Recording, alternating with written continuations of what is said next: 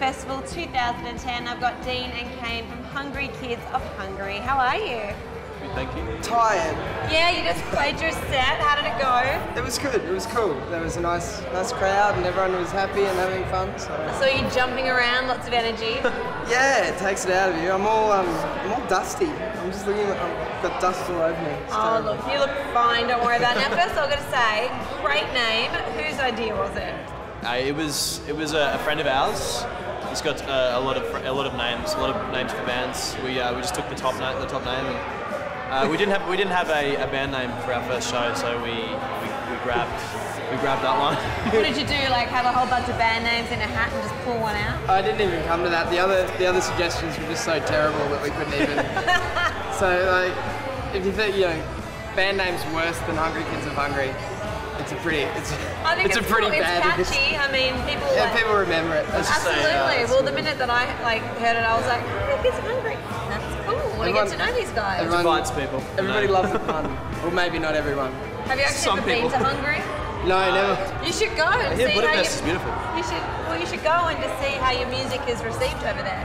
I know you played some showcases overseas already, haven't you? Like in the States.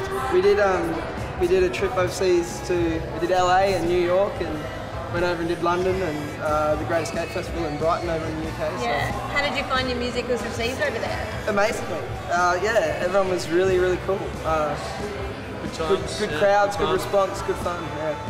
And also because I read that you've had songs featured on shows like Grey's Anatomy and Cougar Town. Was it from those showcases in the States that they picked you guys? I think not sure, actually. I think Grey's Anatomy. Actually, no. Grey's Anatomy aired the episode with the song in it aired while we were overseas. So that one must have already been in the works. I dipped out of Grey's Anatomy after season 1, so I don't know what's happening in those shows these days. I've never watched a full episode, but I think people die and.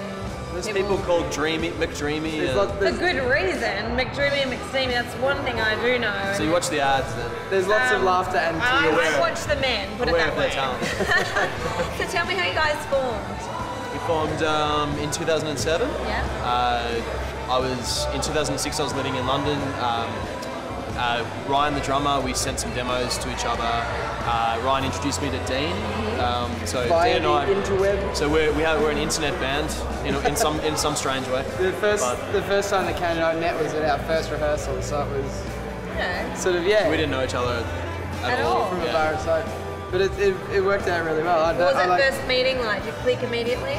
Yeah, like we're pretty relaxed. Looking in our shoes a bit. A little bit nervous. Should I play this note? We're kind of relaxed. A bit of note. We're kind of relaxed, kind of easygoing people though, so it was pretty easy. Yeah. How did the London music scene kind of influence your sound now? We love 60s pop. Mm-hmm. A lot of 60s sort of British invasion music. Yeah. I mean, you had the experience of living there, so. Yeah, I wrote heaps of songs when I lived in London. I mean, obviously not that many songs we're playing, but some I guess a couple we are. But it was a great experience, very inspiring living overseas, and even the trip that we took the trip this year, a few months ago was really inspiring. I think Dean came out of.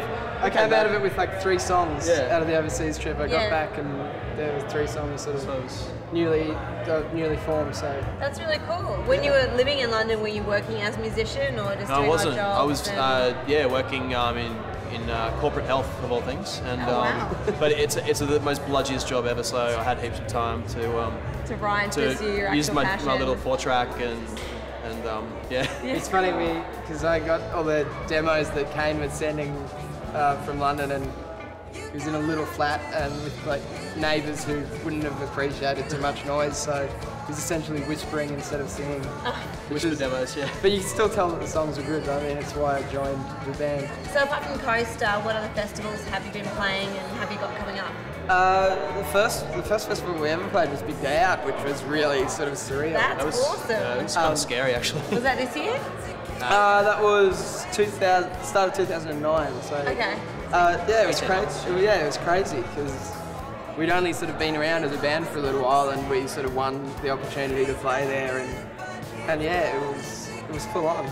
But since then we've done our fair share. We did Falls a Festival and Sunset Sounds in Southbound last year. Yeah. And we're about to do Pyramid Rock this New Year's Eve. Oh, yeah, so. yeah. Now, you actually won the Triple J Unearthed competition, right? So, and that's how you got to play the big day out. So, how else did it affect, or what other opportunities did it afford you, and how did it change your life?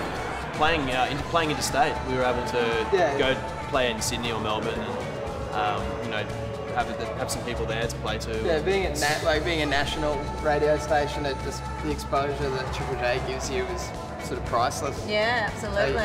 It opens up a lot of doors to go and play places. So. And then in terms of doing some of your own publicity, do you guys use social networking tools like Facebook and Twitter and stuff to try and we encourage tweet. your fans? We tweet. You're tweet parts. I've been tweeting a few things today. Just I took a photo of Blue Juice in their beautiful Chicken sort of lycra get-ups. We make use of it, and I think it's a good way to sort of keep in touch with the people who are already following your music. Yeah, it just seems to be the norm these days that so many people, they have a Facebook, they have a Twitter, and that's how they not only sort of keep in touch with their current fans, but then those fans go, hey, check out this band, and it just kind of snowballs from there. Yeah, it's a good way to put the word out about what you're up to. Yeah. I mean, it kind of makes you wonder how, back in the day before all these things were available, how did artists, with no PR budgets, how do they get their names out there? It was like Nirvana. Word of mouth. Word of What's mouth, that? So, yeah, what are your plans for the next 6 to 12 months?